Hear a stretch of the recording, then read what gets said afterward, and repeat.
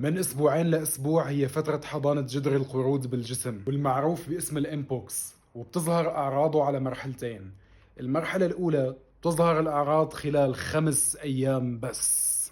خلال فترة هي ال5 أيام بتكون الأعراض مشتملة على الصداع وارتفاع درجة حرارة الجسم، وبيكون مفكر حاله المريض إنه معه إنفلونزا عادية، بس الأمر مانو هيك أبداً. وبعد ما تبلش ترتفع درجات حرارة الجسم، الشي الوحيد يلي بيميز مرض جدري القرود عن الجدري العادي هي تضخم العقد اللمفاوية.